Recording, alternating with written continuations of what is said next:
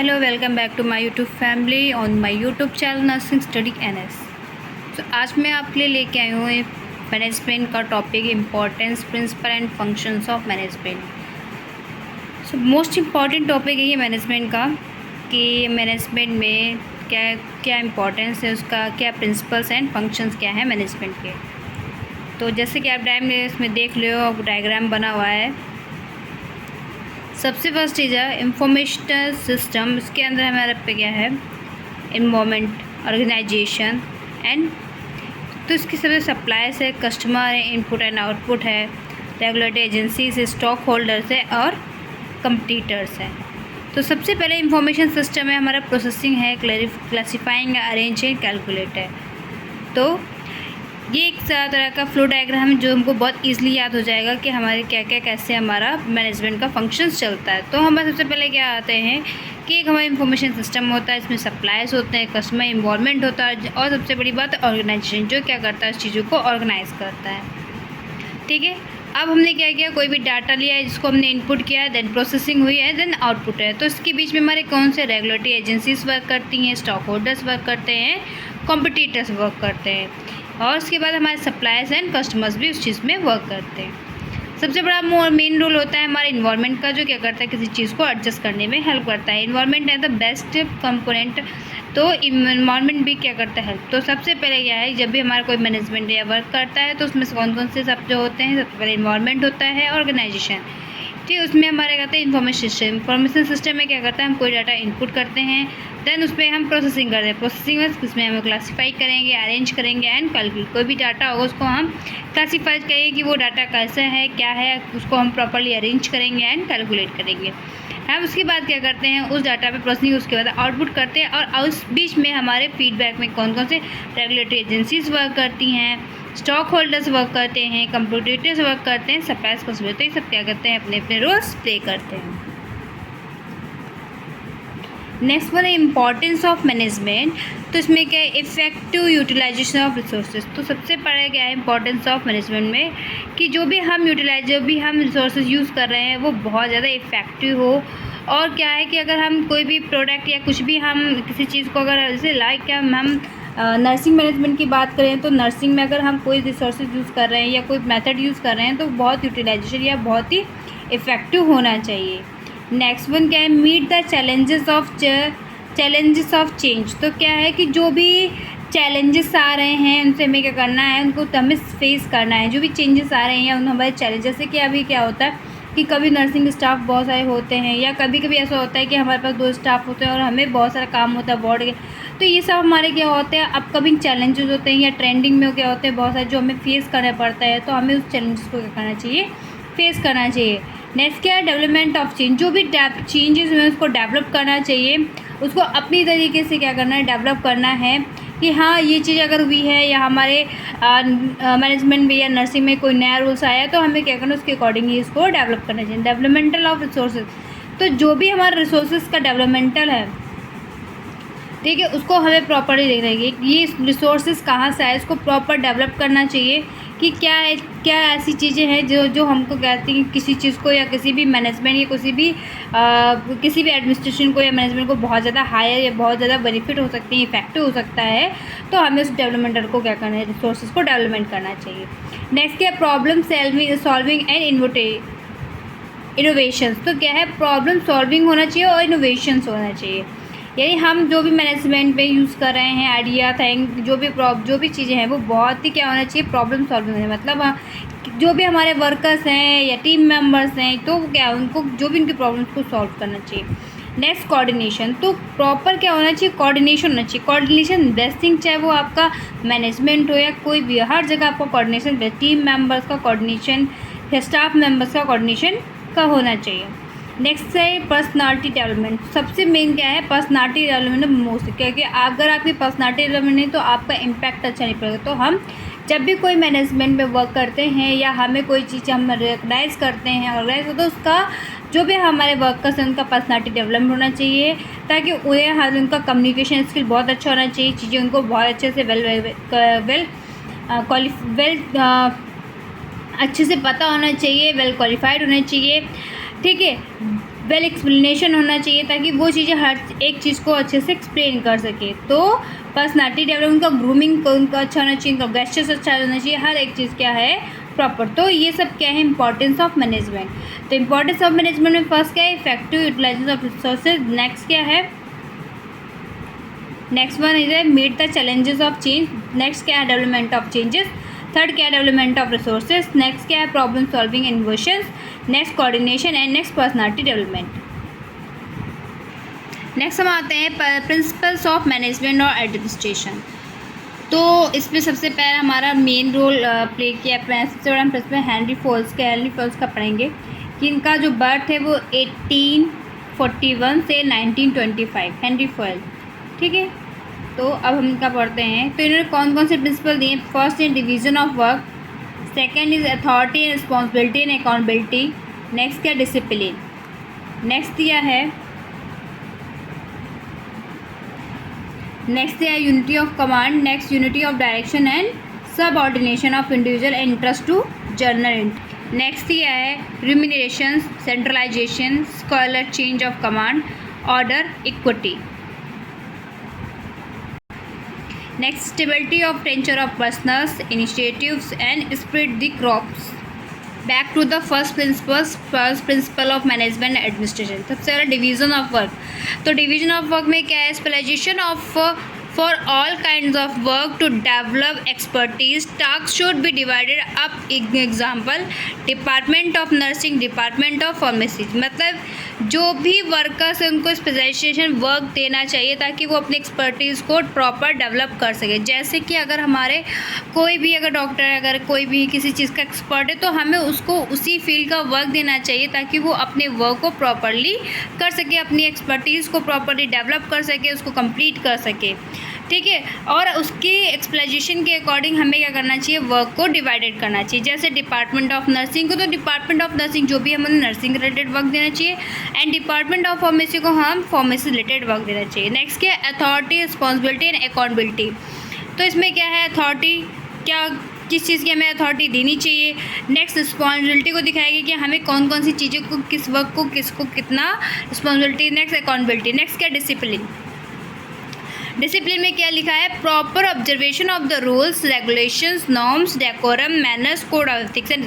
तो डिसिप्लिन में हमारा आता है प्रॉपर ऑब्जर्वेशन। जो भी हमारे रूल्स उसको प्रॉपर ऑब्जर्व करना चाहिए। मतलब जो भी रूल्स हमारे हैं किसी भी कॉलेज के, किसी भी नर्सिंग इंस्टीट्यूट के या हॉस्पिटल्स के जो भी रूल्स है उसको प्रॉपरली फॉलो करना चाहिए। तो ये भी जो भी मैनेजमेंट है उसको प्रॉपर ध्यान रखना चाहिए, ऑब्जर्व करना चाहिए जो हमारे रूल्स है उसको कोई प्रॉपर फॉलो कर रहा है या नहीं कर रहा है। नेक्स्ट क्या रेगुलेशन, जो भी हमारे रेगुलेशन है, नॉर्म्स हैं या हमारे जो भी हॉस्पिटल्स के जो भी मैनेजमेंट के डेकोरम है, कोड ऑफ एथिक्स है एंड उसकी रिस्पेक्ट भी करना चाहिए। तो ये सब क्या होता है डिसिप्लिन में आता है। डिसिप्लिन में हमारे चीज़ों को हमें मैनेज करना चाहिए या जो भी हमारे रूल्स रेगुलेशन को फॉलो कर रहे हैं हमारे जो भी हमारे वर्कर्स हैं या हमारे जो भी टीम मेंबर है वो कॉलेज के या फिर हॉस्पिटल के रूल रेगुलेशन को, उसके एथिक्स को फॉलो कर रहे हैं या नहीं कर रहे। ये चीज़ें हमें जो भी मैनेजमेंट है उसको ये चीज़ देखनी चाहिए।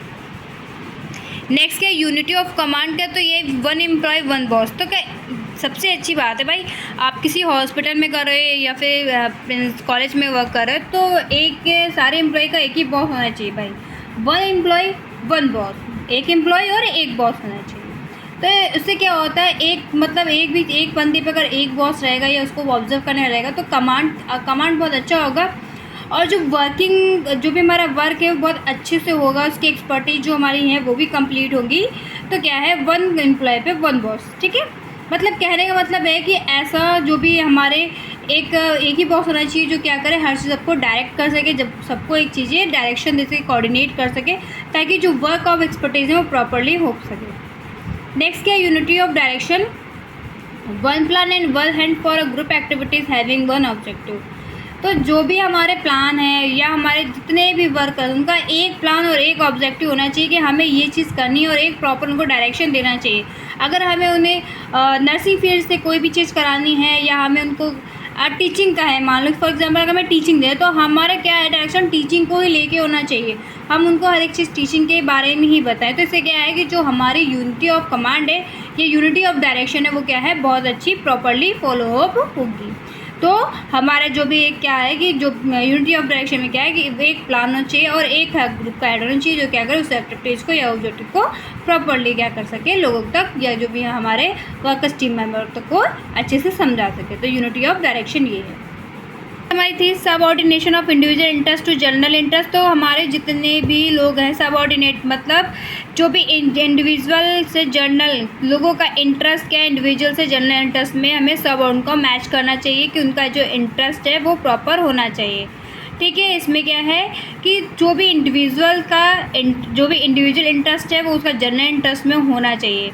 ऐसा नहीं है कि हमारा जो भी इंडिविजुअल वर्क कर रहा है उसको कोई भी कंपनी या किसी भी टीम मेंबर से कोई भी कनेक्शन या उनका कोऑर्डिनेशन जैसे लिखा है narrow selfish together interest should be overcome to turn the common and bold interest of the organization of the welfare. तो क्या है कि जो भी हमारे वर्कर्स हैं या फिर हमारे जो भी टीम मेंबर्स उनका सब में क्या है उनका कोलैबोरेशन होना चाहिए, टुगेदरनेस मतलब एक दूसरे से क्या हो कनेक्ट रहें या एक दूसरे से क्या कर सके वो इंटरेक्ट होना ज़रूरी है।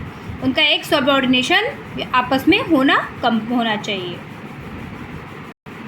नेक्स्ट है रिम्यूनरेशन। इसमें क्या है fair policy of payment of the personal justifying workload job hazard efficiency and quality of performance. तो क्या है रिम्यूनरेशन में क्या है कि जो भी हमारे वर्कलोड है यहाँ पे हमारी जो पॉलिसीज़ हैं वो फेयर होनी चाहिए, पेमेंट जो भी हमारा सब कुछ एकदम फेयर होना चाहिए। कुछ भी ऐसा रिम्यूनरेशन नहीं होना चाहिए कि लोगों को अगर हमारे जो वर्किंग कर रहे हैं या टीम मेंबर्स कर रहे हैं उनको ये चीज़ बाद में पता चले कि नहीं ऐसा है, क्योंकि जो भी पॉलिसीज़ हैं जो कुछ भी है वो क्या होना चाहिए एकदम फेयर होना चाहिए। नेक्स्ट सेंट्रलाइजेशन मतलब क्या है प्रॉपर सेंटर जो भी हमारा working some amount of greater and larger authority resting with the top level manager.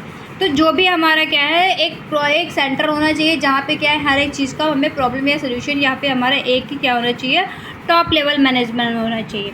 ठीक है, जैसे क्या होता है कि आपके स्कूल और कॉलेज में एक डायरेक्टर होता है तो क्या करता है जो भी सेंटर जो भी हमारा पास आउट होना होता है जो भी हमें परमिशन चाहिए होता है वो वहीं से हमें मिलता है। तो एक ही होता है ना, तो चीज़ें एक जल्दी से क्या होती हैं एक्सप्लोर हो जाती हैं और बहुत ही ईजी होती हैं।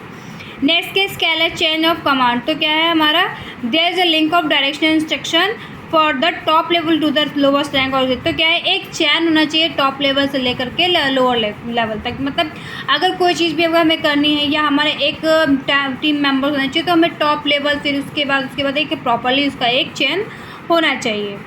नेक्स्ट क्या है ऑर्डर। तो proper systematic arrangement of effort. तो क्या है जो भी स्टाफ मेंबर हैं हमें कोई भी चीज़ अरेंज तो उनको प्रॉपर अरेंजमेंट या प्रॉपर ऑर्डर होना चाहिए। नेक्स्ट क्या है इक्विटी। तो सबसे बड़ी बात है कि हमारे जो भी टीम मेंबर्स वर्क कर रहे हैं चाहे वो 4th क्लास हो चाहे हमारे कोई तो सबके साथ एक जैसा ही हमारा बिहेवियर होना चाहिए। ऐसा नहीं किसी के साथ बहुत अच्छा या किसी के साथ बहुत बुरा ऐसा नहीं होना चाहिए। हमें हमारे लिए सारे वर्क टीम मेंबर्स जो है उनके साथ ऐसा ही एक जैसा व्यवहार होना चाहिए। हमारे सारे मेंबर्स सबके साथ एक जैसा ही रिस्पेक्ट होना चाहिए। नेक्स्ट है stability of tenure of the personnel. तो job security to reduce turnover. तो क्या है कि हमारा जो भी पर्सनल स्टेबिलिटी होना चाहिए कि भाई हमारी जॉब सिक्योरिटी क्या है जैसे कि हमारा बोनस है या इंश्योरेंस है ये हमें ऐसा हर एक मैनेजमेंट में करना चाहिए ताकि वो अपने जो भी एम्प्लॉयज़ हैं वो आगे के लिए अपना फ्यूचर बेनिफिट कर सके। नेक्स्ट क्या इंसेंटिव। तो इंसेंटिव होना चाहिए ताकि हम क्या सकें उनको इंक्रीज कर सकें ताकि वो अपने वर्क को बहुत अच्छे से कर सके, आगे अपने वर्क को बहुत अच्छे से प्रेस्क्राइब कर सके, अपने बहुत अच्छे से परफॉर्म कर सके। नेक्स्ट है स्क्रिप्ट द क्रॉप्स। तो उनको हमें समझाना है कि यूनिटी में ही हमारा सब कुछ है। अगर यूनिटी है तो आप किसी चीज़ को बहुत अच्छे से कर सकते हो।